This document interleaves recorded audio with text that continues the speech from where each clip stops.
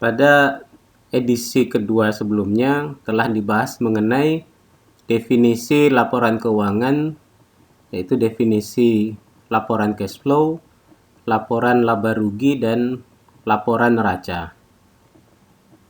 Nah, untuk lebih jelas dan lebih tajam lagi, perbedaannya akan dibahas pada edisi ketiga ini mengenai metode pencatatan dan pembukuan dari ketiga laporan keuangan tersebut yang akan membedakan satu sama lainnya. Baiklah, kita mulai dari slide yang pertama. Pada metode pencatatan dikenal dua metode pencatatan. Yang pertama, metode berbasis cash atau cash basis, di mana pencatatan itu dilakukan hanya pada saat diterima atau dikeluarkannya kas, termasuk di dalamnya bank. Jadi meskipun transaksi jual beli sudah terjadi, namun ketika tidak ada transaksi bayar membayar atau tidak ada transaksi kas dan bank, maka belum dicatat pada pencatatan berbasis cash ini atau di cash flow kita. Misalnya pembelian meja kredit atau dihutang atau dibayarkan 1 bulan kemudian senilai 5.000. Maka di buku kas ini belum dicatat saldo 100.000 karena belinya kredit, maka saldo kas kita masih tetap 100.000. Dan buku kas ini adalah mencerminkan dari laporan cash flow, sehingga di cash flow belum dicatat transaksi apa-apa karena pembeliannya dilakukan secara kredit atau dihutang mungkin 1 bulan atau 2 minggu. Yang kedua, metode pencatatan berbasis accrual atau accrual basis, di mana pencatatan dilakukan pada saat periode terjadinya transaksi meskipun belum ada penerimaan atau pengeluaran kas. Jadi meskipun nggak ada transaksi kas dan bank, misal balik ke contoh sebelumnya, membeli meja secara kredit 5.000. Tapi karena sudah terjadi transaksi ini dan mejanya sudah diterima oleh perusahaan, sehingga meja ini sudah dicatat di laporan neraca. Meja senilai 5.000. Karena belum dibayar, maka pencatatan kreditnya dicatat di sebelah kanan laporan keuangan neraca, hutang meja 5.000. Sehingga hasil akhir neraca imbang, totalnya 5.000 sisi kiri dan 5.000 di sisi kanan. Jadi pencatatan ini adalah accrual basis berdasarkan terjadinya transaksi meskipun nggak ada pemindahan jumlah dana kas atau bank, tetap dicatat di laporan neraca karena ini hanya melibatkan harta tetap dan hutang, sehingga transaksi ini belum dicatat di laporan laba rugi. Kalau kita masih mereview pertemuan sebelumnya, laporan laba rugi itu hanya mencatat transaksi yang melibatkan penjualan atau pendapatan dan biaya atau expense atau cost dan labanya. Sementara pembelian aset ini tidak ada akun-akun yang melibatkan penjualan dan biaya. Dan kedua metode pencatatan ini digunakan pada laporan keuangan, baik cash basis maupun accrual basis. Berikutnya, sistem pembukuan. Ada dua juga di sini, sistem single entry, yaitu sistem pembukuan tunggal, atau sistem pencatatan pada satu akun. Buku kas mencatat hanya untuk penerimaan dan pengeluaran kas. Dan single entry ini hanya digunakan pada laporan pembukuan kas atau cash flow atau laporan arus kas. Misalnya beli meja yang sebelumnya kredit, sekarang beli mejanya dilakukan secara tunai. Nah, ketika pembelian meja dilakukan secara tunai, maka pencatatan langsung dilakukan pengeluaran 5.000 dan sisa saldo akhir 95.000. Jadi langsung dicatat di buku kas atau di cash flow. Yang kedua, sistem pencatatan double entry. Double entry atau sistem pembukuan ganda. Pencatatan harus dilakukan di kedua sisi, debit dan kredit, dengan menggunakan beberapa rekening-rekening atau akun buku menghasilkan laporan posisi keuangan dan neraca. Kembali ke contoh beli tunai meja 5.000. Jadi laporan neraca ini harus selalu double entry. Ada kredit dan ada debit. Atau sebaliknya, ada debit dan kredit. Kita lihat di sini, selalu ada debit dan kredit. Debit ini meja bertambah senilai 5.000. Karena pencatatannya dilakukan secara tunai atau pembelian secara tunai, maka kas berkurang 5.000. Namun demikian, pada akhirnya jumlah tetap harus seimbang.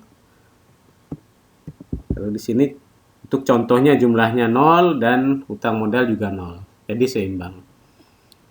Neraca ini selalu harus seimbang kiri dan kanan. Kalau yang sebelumnya pembelian kredit sehingga dicatat di hutang. Kalau yang sekarang karena cash dicatat di bagian cash atau mengurangi uang tunai. Ya.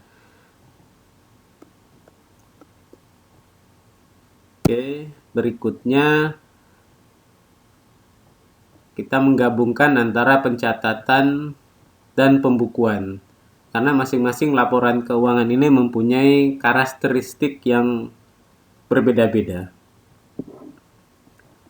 Coba kita latihan. Kalau neraca yang tadi itu harus selalu apakah single entry? Enggak. Yang single entry tadi hanya cash flow saja. Ya, hanya cash flow. Kalau neraca itu harus double entry, kiri kanan, karena harus seimbang. Kemudian yang berbasis cash, apakah di neraca dicatat juga? Ya, semua yang cash itu akan dicatat di menambah kas atau bank di laporan keuangan neraca. Apakah di neraca ada juga basis accrual? Ada juga. Yang tadi hutang berbasis accrual. Kemudian di arus kas. Di arus kas, apakah single entry atau double entry? Kalau yang tadi single entry saja, karena tidak ada lawannya, kas keluar atau kas masuk saja. Kemudian berbasis kas saja dan tidak berbasis accrual untuk di arus kas. Sementara untuk laba rugi, apakah single entry atau double entry? Kalau di laba rugi harus selalu double entry juga, seimbang antara laba rugi dan neraca. Kemudian tidak berbasis cash atau berbasis accrual. Karena di laba rugi pendapatan kapanpun terjadi, biaya kapanpun terjadi, meskipun belum dibayar, sudah harus dicatat di laporan laba rugi. Oke. Ini gambaran hasil yang sudah disampaikan tadi. Jadi kita review kembali. Neraca pencatatannya double entry, basis accrual, dan basis cash. Kemudian laba rugi pencatatannya double entry dan basis accrual saja. Arus kas pencatatannya single entry dan berbasis kas saja. Pencatatan dan pembukuan ketiga laporan keuangan ini sudah melekat konsepnya seperti ini. Dan gak mungkin ditukar-tukar lagi laba rugi mencatat transaksi arus kas mencatat transaksi laba rugi. Gak. Sudah punya bagiannya masing-masing, yang dimana pada akhirnya laba rugi dan arus kas akan berakhir di laporan neraca seperti yang sudah dibahas sebelumnya. Untuk mempertajam pembahasan sebelumnya, maka kita akan sedikit latihan untuk mereview beberapa soal-soal berikut. Ada 7 soal berikut ini, ya. Kayak kita di sini adalah mencentang apakah penjualan tunai ini masuk di transaksi BS atau balance sheet atau neraca, apakah masuk di transaksi PNL atau masuk di transaksi cash flow.